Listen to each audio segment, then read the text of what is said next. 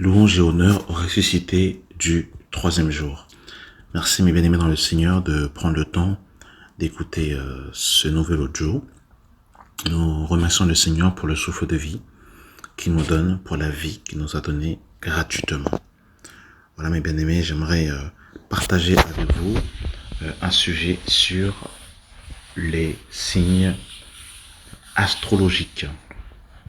Et malheureusement, beaucoup de chrétiens continuent encore à s'affectionner à ces choses. Beaucoup de chrétiens taguent leur vie sur l'astrologie. Et nous voulons voir, mes bien-aimés dans le Seigneur, qu'est-ce que l'astrologie un peu plus en profondeur, un peu plus en détail. On va survoler, bien sûr, on va pas commencer à faire des enseignements sur l'astrologie, mais on veut expliquer un peu qu'est-ce que l'astrologie. Donc, par définition, faut savoir qu'il y a 12 signes. Il y a 12 signes par rapport à l'astrologie. Dans ces 12 signes, vous avez le bélier, vous avez le taureau, gémeaux, le cancer, le lion, la vierge, balance, scorpion, sagittaire, capricorne, verseau et poisson. Ce sont les 12 signes, du zodiaque. Donc, par définition, le zodiaque est un cercle de 380 degrés entourant le soleil, la lune et les planètes.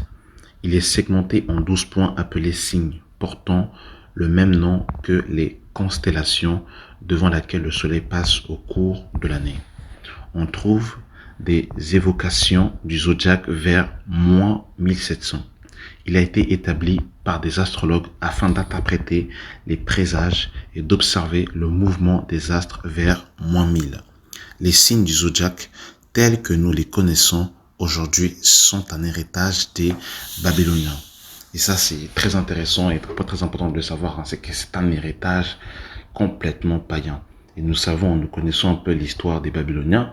Babylone, déjà d'ailleurs, Babylone, on voit déjà Babylone dans le livre de Genèse chapitre 11. Donc Babel veut dire confusion par le mélange. On voit encore que Babylone va être une ville qui sera ennemie d'Israël. Jérémie, le prophète, avait prophétisé dans Jérémie 29, le verset 10, que Jérusalem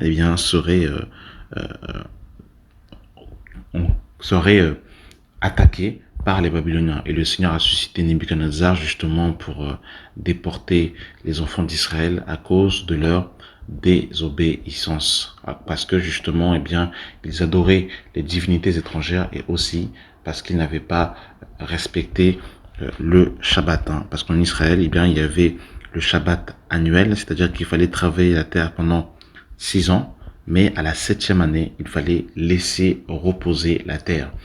Et les Hébreux avaient une dette de 70 ans qu'ils ont aussi réglé, payé, en étant aussi déportés pendant 70 ans à Babylone. Les signes du zodiaque tels que nous les connaissons aujourd'hui sont un héritage des Babyloniens qui a ensuite été transmis aux Grecs, aux Romains, puis aux Arabes. Ces 12 signes sont répartis en 4 éléments qui fondent l'ensemble du monde. Le feu, la terre, l'eau et l'air. Chaque signe du zodiaque est divisé en 3 parties appelées décans. Donc voilà un peu, mes amis, la définition des 12 signes du zodiaque. Donc juste quand on lit déjà la définition, déjà ça fait peur déjà. Et malheureusement, beaucoup de chrétiens vont s'attacher à ces signes astrologiques. Et du coup, j'ai noté quelques signes astrologiques pour vous montrer, mes bien-aimés dans le Seigneur, comment c'est terrible. Ce qu'il faut savoir, c'est que quand les personnes observent leur signe astrologique par rapport à leur date de naissance et par rapport à l'année, il y a un trait de caractère.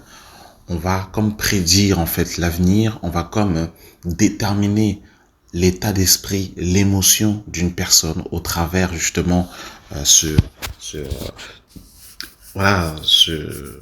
signes-là.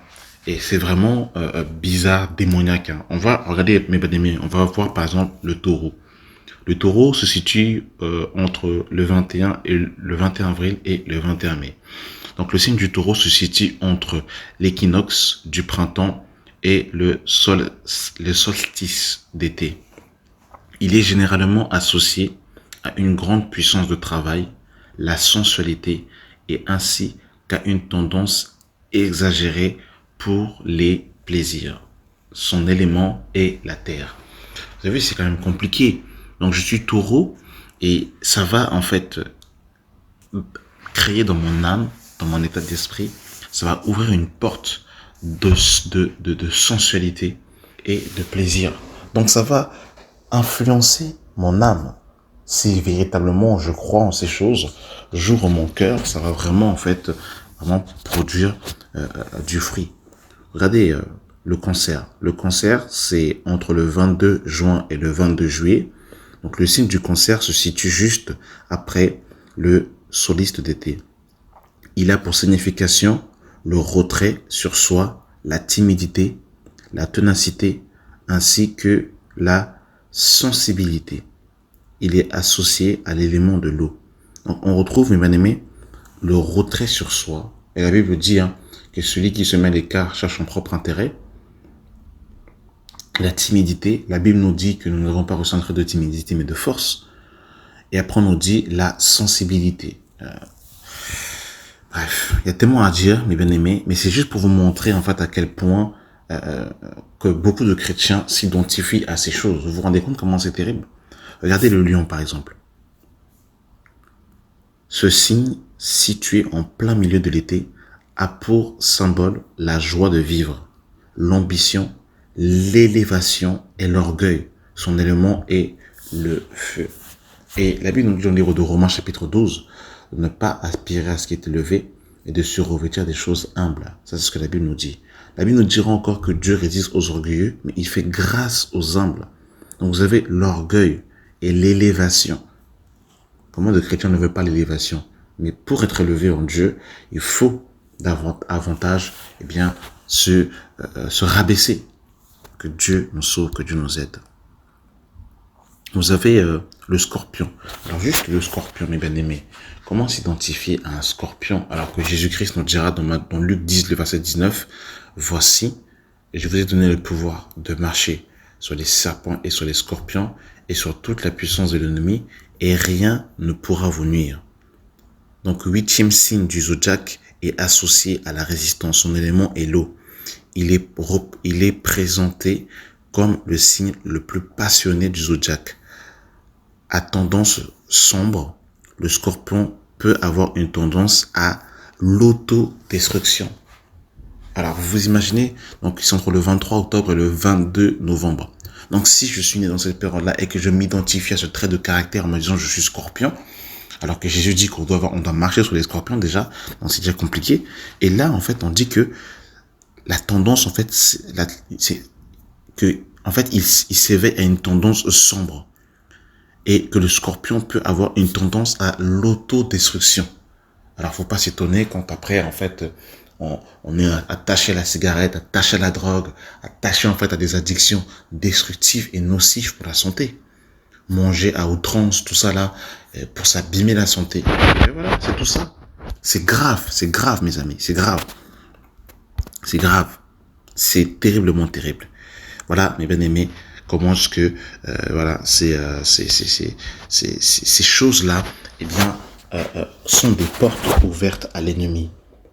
Vous vous rappelez que dans Acte 5, Pierre dira à Ananias, pourquoi Satan a-t-il rempli ton cœur?